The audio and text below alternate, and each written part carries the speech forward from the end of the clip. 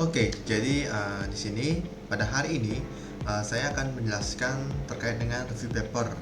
Jadi sebelum itu, perkenalkan nama saya Gede Fernandija Setiabudi dengan NIM 2208561044. Dan jadi untuk pelengkap tugas dari mata kuliah pengantar deep learning ini, saya melakukan review paper yang berjudul klasifikasi warna pada kematangan buah kopi kuning menggunakan metode CNN Inception V3.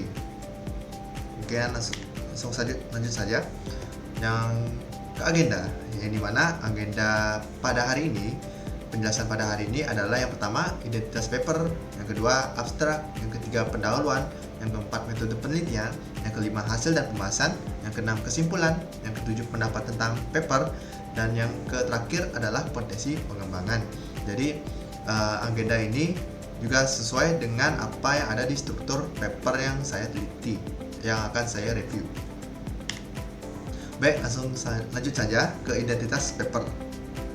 Nah, jadi tentu saja paper ini memiliki identitas seperti judul, kemudian penulisnya, dan lain-lainnya. Jadi untuk judul itu adalah klasifikasi warna pada kematangan buah kopi kuning menggunakan metode CNN Inception V3.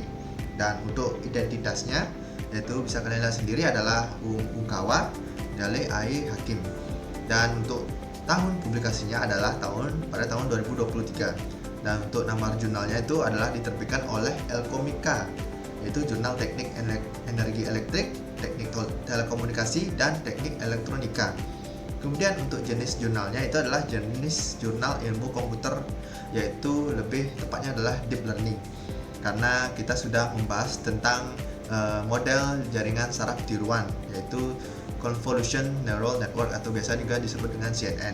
Nah, jadi gambaran besar tentang papernya itu adalah jadi penulis ini menggunakan model CNN dengan arsitektur Inception V3 untuk dapat meningkatkan efisien dan akurasi pada klasifikasi warna untuk kematangan buah kopi kuning. Jadi seperti itu.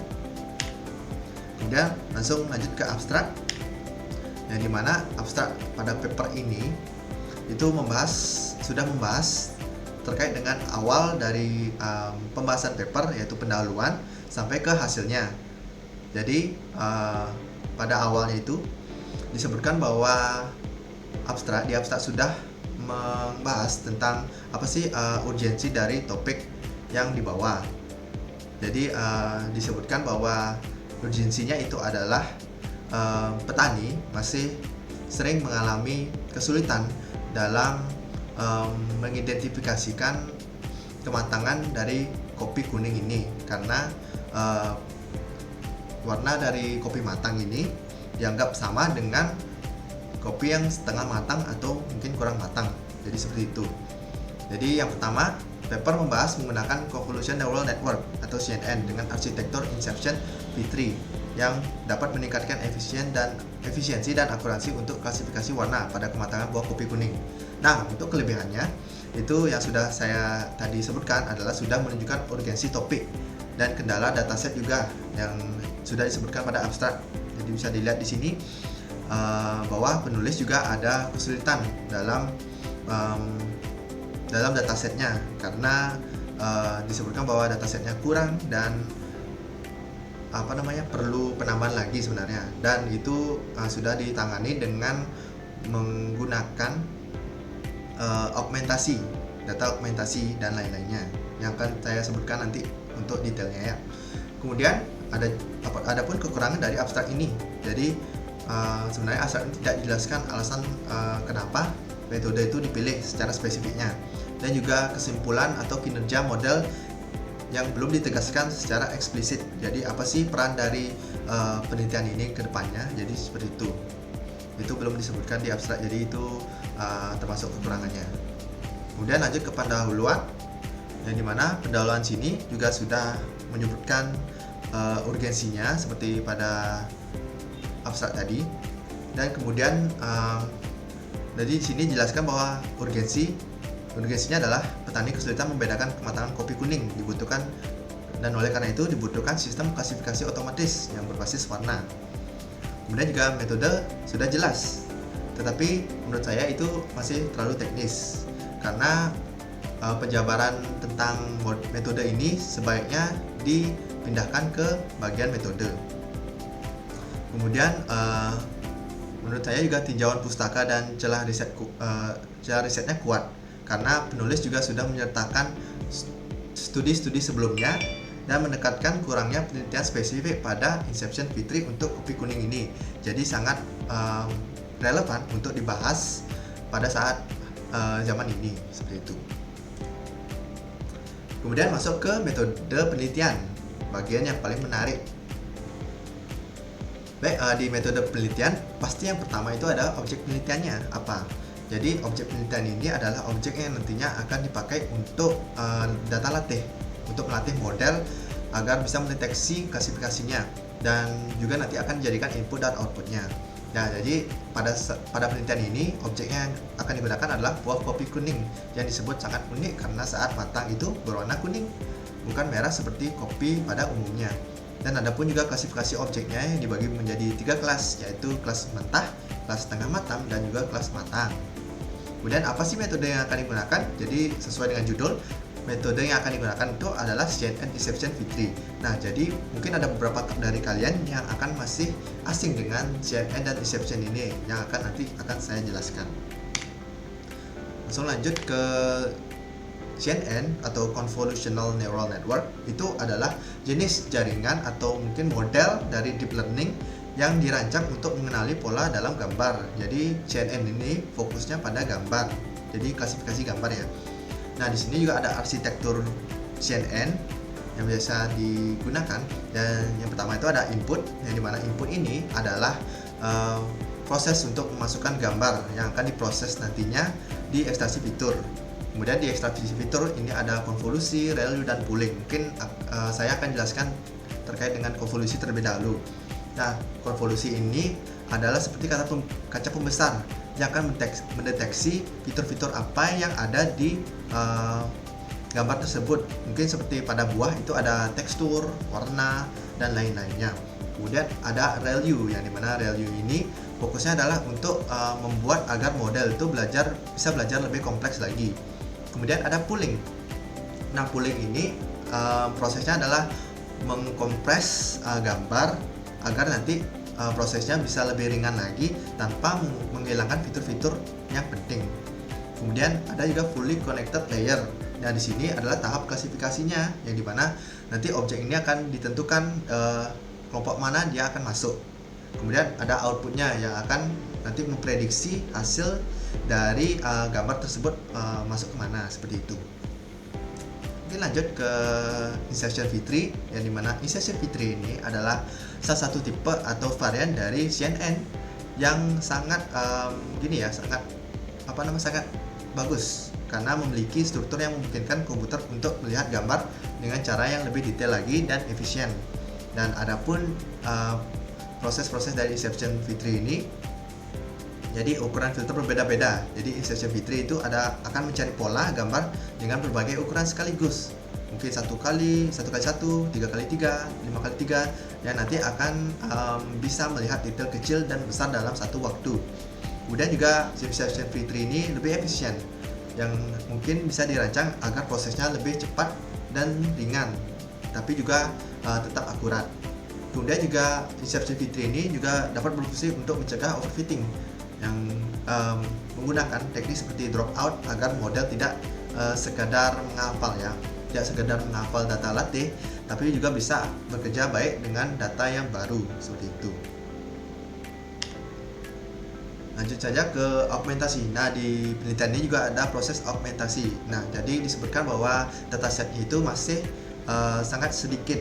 Jadi dilakukanlah augmentasi untuk memperbanyak dataset, yang dimana nanti satu foto itu akan dirotasi, kemudian di flipping dan ditransform fine. Jadi seperti itu. Di sini juga ada contohnya pada gambar. Sini datasetnya divariasikan prosesnya. Kemudian langsung lanjut ke blok diagram metode CNN Inception. Dan di sini ada proses dari diagram metode CNN-nya, yang itu pertama adalah citra buah kopi dilabeli dengan mentah, setengah matang, dan matang. Kemudian nanti akan diproses di sini dengan resizing dan normalisasi.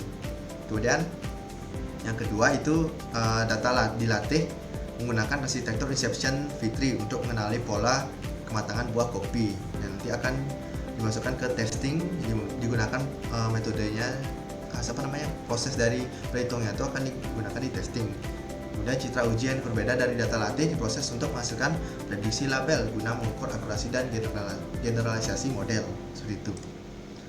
Mungkin di sini ada detailnya juga ya untuk flowchart proses. Jadi yang pertama itu ada input citra, yang dimana citra buah kopi kuning ini dimasukkan intinya ke sistem untuk diklasifikasi.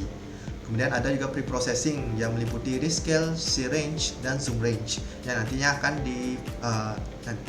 akan saya jelaskan. Kemudian ada yang ketiga, Inception V3, atau di dalamnya itu ada proses convolution, pooling, Inception V3 block, pooling lagi. Kemudian ada linear layer. Kemudian ada juga proses output, yang dimana itu adalah proses akhir, dimana model prediksi label kematangan dari citra kuning berdasarkan bobot terbaik dari training 20 epoch. Jadi epoch ini maksudnya adalah proses dari semua gambar dataset itu diproses. Jadi satu epoch itu adalah dataset semua itu diproses, dan artinya 20 epoch ini adalah jadi datasetnya itu 20 kali diproses untuk dipelajari oleh model, seperti itu. Kemudian di sini juga ada pre-processing, yang dimana tadi ada rescale, yang dimana rescale ini nilai pixelnya itu diubah menjadi skala 0 sampai 1 dengan membagi 1/255 pixel. Kemudian ada C-range, yang dimana diterapkan rotasi sudut untuk menambah variasi citra. Kemudian juga ada zoom range, yang dimana citra itu diperbesar atau diperkecil berdasarkan nilai yang hubungannya berbanding terbalik. Berarti nanti nilainya kecil itu akan diperbesar, jika nilainya besar itu akan citranya diperkecil, seperti itu. Kemudian ada juga proses dari Inception V3, yang pertama itu ada convolution, yaitu adalah mengekstraksi fitur dari citra melalui filter. Kemudian ada pooling, adalah untuk mereduksi ukuran fitur map sambil mempertahankan informasi yang penting. Kemudian Inception V3 block, yang itu adalah memproses data dengan berbagai ukuran kernel untuk efisiensi dan akurasi tinggi. Jadi prosesnya agar lebih cepat ya maksudnya. Kemudian ada pooling atau lanjutan dari pooling sebelumnya, itu adalah pengurangan dimensi tambahan. Kemudian ada linear layer, yang mana untuk mengaktifasi hasil akhir secara linear agar hasil sebanding dengan input. Nah, langsung lanjut ke hasil dan pembahasan. Yang dimana di sini ada datasetnya, yaitu menggunakan 276 citra kopi kuning yang diambil secara langsung. Dan setelah itu diaugmentasi menjadi 1380 citra, dan kemudian dataset dibagi menjadi 184 untuk pelatihan, 246 untuk validasi, dan 150 untuk pengujian agar model dapat dilatih dan diuji secara optimal. Bisa dilihat pada tabel tersebut untuk detailnya.